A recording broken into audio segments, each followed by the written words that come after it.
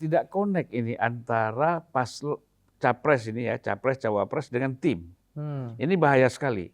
Iya, betul. Jadi tim bikin program sendiri, mungkin tim lebih banyak bicara campaign. Bagaimana masuk ke rakyat, masuk ke tengah-tengah masyarakat, bikin campaign, tetapi ini tidak dipikirkan, gitu, tidak terlibat.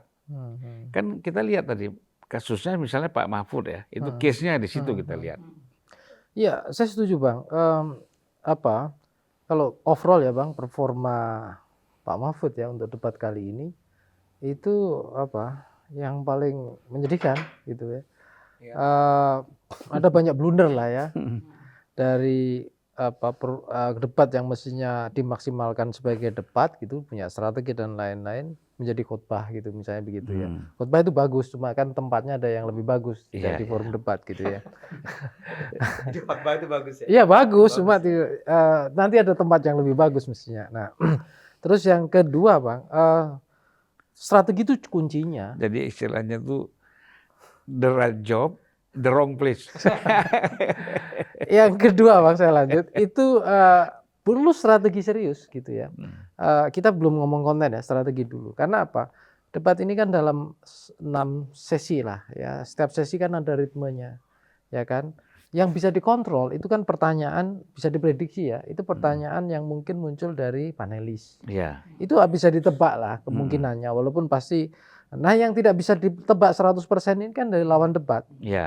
Nah ini yang sepertinya ya khususnya di kubu Pak Mahfud ya, Ganjar Mahfud, itu kurang belajar dari peristiwa debat yang kedua, yang itu sebenarnya sudah banyak juga ya ini gitu. Nah saya kira ini penting sekali ya, karena ini udah debat yang keempat gitu ya, menjelang nanti satu yang terakhir kan gitu, dan artinya kalau mau dievaluasi ya itu. Nah kemudian yang berikutnya itu soal penguasaan materi. Nah di sini bukan sekedar pentingnya paham perspektif seorang kandidatnya Bang, tetapi juga tim, dan tadi Abang bilang tim dan kandidatnya itu nyambung gitu. Dan tentu saja jangan-jangan ya capres cawapres, terutama cawapres Pak Mahfud itu energinya juga habis untuk campaign di berbagai tempat ya, sehingga tidak fokus ke topik debat ini gitu, persiapan gitu, termasuk timnya.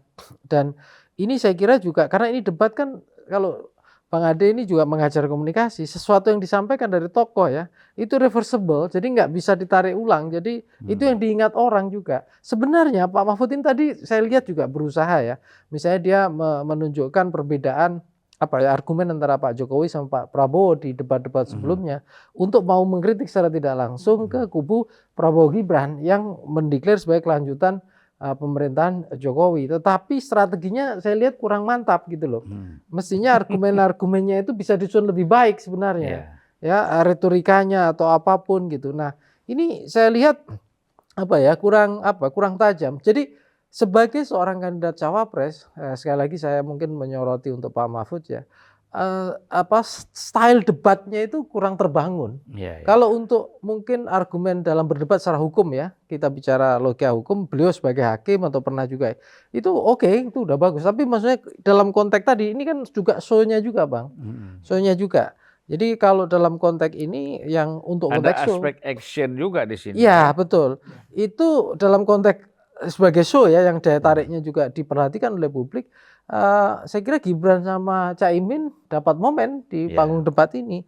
Walaupun Bung Afri ya, kita kadang-kadang nggak bisa menebak ya dampak debat kepada audien, itu juga agak susah Bang, karena ada elemen rasional, ada elemen emosional. Saya contohkan begini ya, tadi kata Bang Ade gitu kan, kalau saya bahasakan mungkin agak lebih ekstrim Bang Ade ya, Gibran berhasil menjebak gitu ya, kira-kira gitu.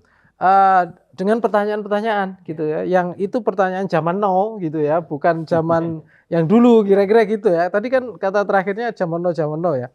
Nah itu berhasil untuk pertanyaan tentang LFV sama satu lagi tentang greenflation misalnya ke Pak Mahfud. Tetapi Bang, kalau nanti bisa kita simak nanti dampak dari debat ini ke netizen, itu kira-kira sebenarnya siapa yang menjebak siapa juga. Jangan-jangan dalam konteks emosional bagi pendukung militan atau yang pernah punya perasaan apapun lah dengan Mahfud atau dengan Caimin, itu yang kejebak malah Gibran juga. Artinya apa? Dalam artian Gibran pengen menunjukkan kompetensinya ya, kemampuan aktualnya dalam pengetahuan dan apapun gitu. Tetapi secara emosional Gibran dipandang salah. Dalam arti apa? Kurang sopan ke orang tua, misalnya begitu. Jadi ini juga siapa kejebak dengan siapa juga masih Iya, bingung, iya, Bang. iya, iya. Nanti makanya kita Tadi tunggu. pendekatannya rasional atau emosional? Iya, di situ. Ya, Kalau dan jangan lupa juga tim kampanye akan siap meramu kembali. Iya.